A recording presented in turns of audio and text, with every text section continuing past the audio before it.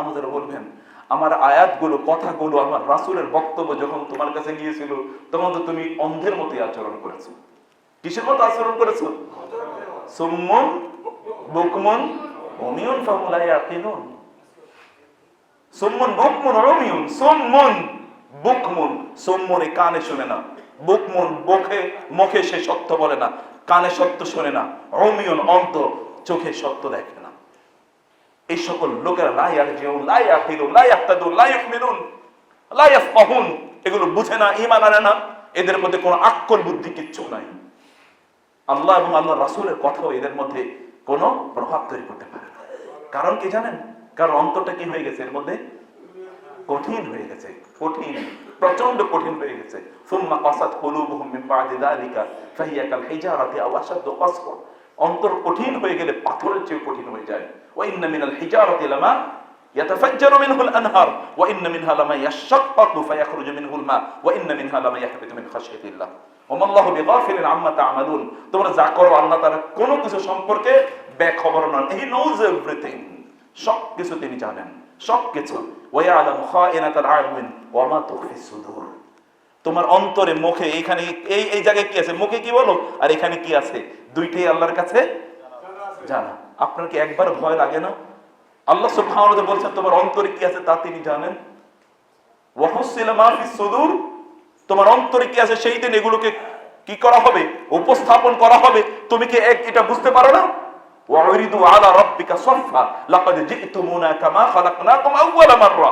তোমাকে তোমার রবের সামনে উত্থিত করা হবে, ফুরাদা, একা একা তোমাকে আনা, সেদিন রবের সামনে দাঁড়াতে হবে। সেদিন তো রব তোমাকে বলবে তোমার মনে তো এই ছিল, তুমি তো মনে মনে এই চিন্তা লালন করেছো, আমি আজকে কেবল মনের চিন্তার হিসাব করবো, আর কোন হিসাব করবো না। যাও, সেদিন কি হবে বলেন?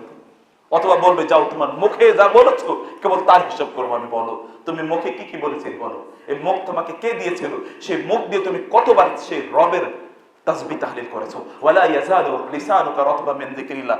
কানা রাসূলুল্লাহ সাল্লাল্লাহু আলাইহি ওয়াসাল্লাম ইয়াযকুরু রাব্বাহু ফি কুল্লি আহইয়ানি।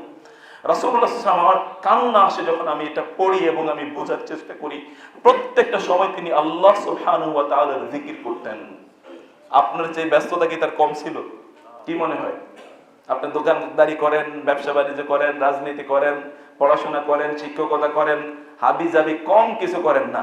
রাসূলুল্লাহ সাল্লাল্লাহু আলাইহি ওয়াসাল্লাম কি এগুলো একটাও করেন নাই? এগুলো একটাও তিনি করেন নাই?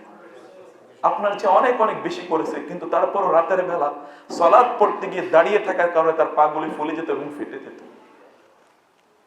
পাগুলি ফুলে যেত এবং ফেটে যেত। তার যদি পা ফুলে যায়, ফেটে যায় নামাজে দাঁড়ানোর কারণে, আপনার যদি না ফুলে যায়, না ফেটে যায়, তাহলে তার সামনে কিয়ামতের দিন কিভাবে দাঁড়াবেন?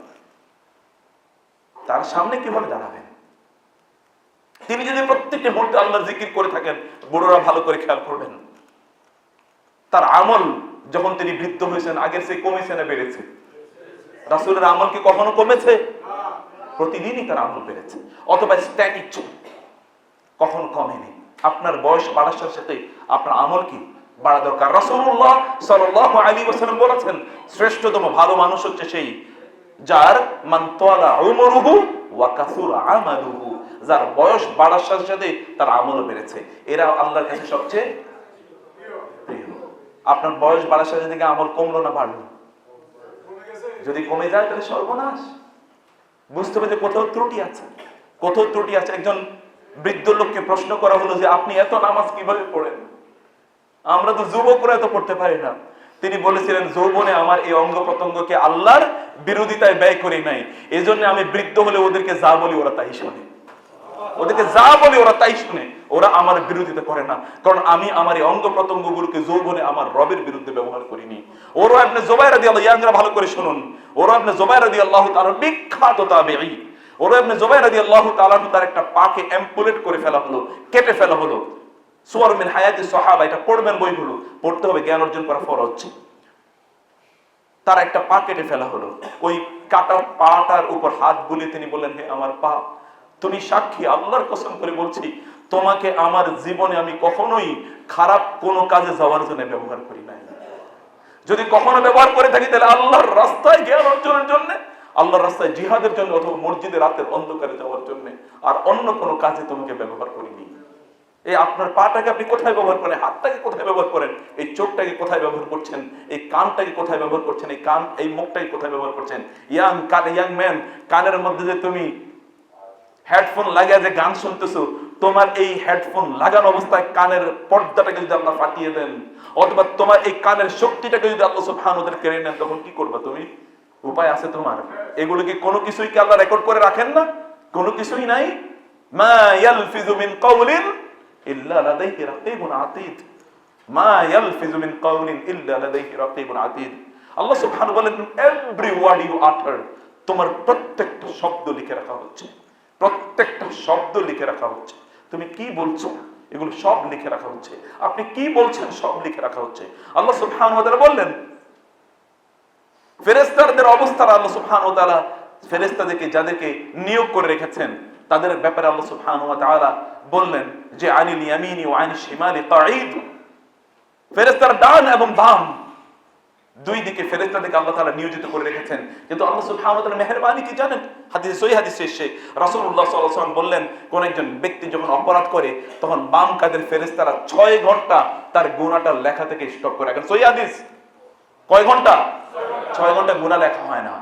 কারণ কি জানেন? আল্লাহ সুবহানাহু ওয়া তাআলা এতটা মেহেরবান যে আমার বান্দাই 6 ঘন্টা পর মধ্যে আমার কাছে ফিরে আসে কিনা দেখি না। যদি ফিরে আসে তাহলে তো মাশাআল্লাহ, মারহাবান বিহি। আর যদি ফিরে না আসে, কুতিবাত লাহু সাইয়্যাতুন খাতিআতুন, তখন তার জন্য একটা মাত্র গুনাহ লেখা হয়। এরপরে আল্লাহ সুবহানাহু ওয়া তাআলা দুহাতকে প্রসারিত করে রাখেন, ইন্নাল্লাহা ইয়াবসুতু ইয়াদাহু লিয়াতুবা মুসিউল লাইল, ইন্নাল্লাহা ইয়াবসুতু ইয়াদাহু লিয়াতুবা মুসিউন নাহার। দিনে যে অপরাধ করেছে সেজন্য আল্লাহর কাছে ফিরে আসে, রাতে যে অপরাধ করেছে সেজন্য আল্লাহর কাছে ফিরে আসে। এই জন্য আল্লাহ তাআলা তার হাতকে প্রসারিত করে রাখেন যে আসো আমি তোমাকে ক্ষমা করে দেব। এত কিছুর পরেও তিনি ক্ষমা করে দেওয়ার জন্য উদ্গ্রীব হয়ে থাকেন। প্রিয় ভাইরা, সেই জন্য যে কথাটি বলছি, ইসলাম এটি এসে আপনাকে মুক্তি দেওয়ার জন্য, আপনাকে ভালো মানুষ বানানোর জন্য, আপনাকে সম্ভ্রান্ত বানানোর জন্য, আপনার টেনশন দূর করে দেওয়ার জন্য, আপনার সকল দুঃখকে গোছানোর জন্য, আপনাকে সৌভাগ্যবান করার জন্য, এবং আপনাকে একটা পরিণত উন্নত জীবন ব্যবস্থা লাইফস্টাইল দেওয়ার জন্য, যার মধ্যে কেবলমাত্র শান্তি, কেবল শান্তি এবং কেবল শান্তি। ইয়া আইয়াতুহান নাফসুল মুতমাইন্নাহ, একটা প্রশান্ত আত্মা কাকে বলে? যার অন্তরে কোনো পেরেশানি নাই। এরকম একটা প্রশান্ত আত্মা আল্লাহ সুবহানাহু ওয়া তাআলা আপনাকে প্রদান করার জন্য মূলত ইসলাম পাঠিয়েছেন। আপনি এরকম একটা প্রশান্ত আত্মার অনুসারী এবং অধিকারী হওয়ার জন্য। কিন্তু ইন্নান নাফসা লাআম্মারাতুম বিসসু ইল্লা মান রাহিমা রাব্বি, ইন্নান নাফসা লাআম্মারাতুম বিসসু। মানুষের আত্মাগুলো মানুষকে খারাপ কাজে নির্দেশ প্রদান করে থাকে, কিন্তু এটাকে পরিশীলিত করার জন্য যে শরিয়া আল্লাহ তাআলা আপনাকে দিয়েছেন, সেই শরিয়াটাকে প্রতিপালন করা দরকার প্রত্যেকটা মুহূর্তে। আপনারা যদি মনে করেন কেবলমাত্র 5 ওয়াক্ত সালাতের মধ্যে ইসলাম আছে, ইউ আর গ্রেটলি মিস্টেকেন। কেবল 5 ওয়াক্ত নামাজের মধ্যে ইসলাম না, ইসলাম একটা সামগ্রিক জীবন ব্যবস্থা।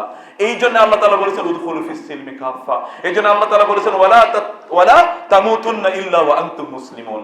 মুসলিম না হয়ে খবরদার মারা যায়ও না। এই কথা যখন পড়ি তখন আমার গা এরকম কাঁপতে থাকে। আয়াত যখন পড়ি, আল্লাহ বলেছেন খবরদার মুসলিম না হয়ে আমার কাছে আইসো না। এটা থ্রেট, এটা আমার আল্লাহর পক্ষ থেকে, আমার রবের পক্ষ থেকে একটা ভালোবাসার আহ্বান, একটা ভালোবাসার আহ্বান, একটা হুঁশিয়ারি।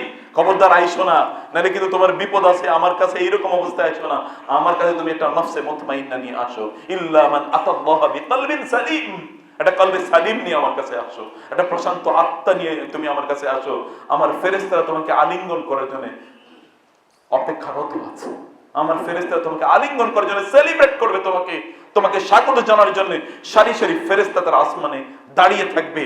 তোমার গন্ধ, তোমার যে সুগন্ধটা চারিদিকে ছড়িয়ে পড়বে। তুমি এইরকম একটা অবস্থায় আমার কাছে আসো। আমি তো তোমাকে এরকমই সৃষ্টি করেছি। কুল্লু মাউলুদিন ইউলাদু আলাল ফিতরা ফাআবওয়াহু ইউহাউইদানিহি আও ইউনাসসিরানি আও ইউমাজ্জিসানিহি। আমি তো তোমাকে পুত পবিত্র হিসেবে পাঠিয়েছি, আমি তোমাকে পাপী হিসেবে পাঠাই নাই। ফিতরাতুল্লাহ আল্লাতী ফাতারান নাস আলাইহা লা তাবদীলা লিখালকিল্লাহ। আমি তো তোমাকে পবিত্র হিসেবে পাঠিয়েছি, তুমি কেন অপবিত্র হয়ে আমার কাছে আসো?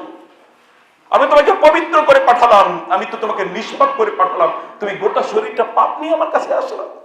আমি তো পৃথিবীতে তোমার জন্য কোনো কিছু সংকট করে দেই না, তাহলে তুমি কেন আমাকে ভুলে গেলে? তুমি কেন আমাকেই ভুলে গেলে? সবকিছুকে তুমি মনে রাখলে, কেবল আমাকেই ভুলে গেলে। অথচ আমি তোমার স্রষ্টা, অথচ আমি তোমার সবকিছু প্রদান করি, অথচ আমি তোমার একমাত্র রিফিউজ, লা মালজা ওয়ালা মানজা মিনকা ইল্লা ইলাইক, আল্লাহ ছাড়া আমার কোনো আশ্রয় নাই। আউযু বিল্লাহি মিনাশ শাইতানির রাজিম, কেবলমাত্র তিনি আমার আশ্রয়, তিনি কেবলমাত্র আমাকে আশ্রয় প্রদান করেন, আর কেউ না। অথচ তাকে আমি ভুলে যাই। বাঁচিয়ে রাখেন তিনি।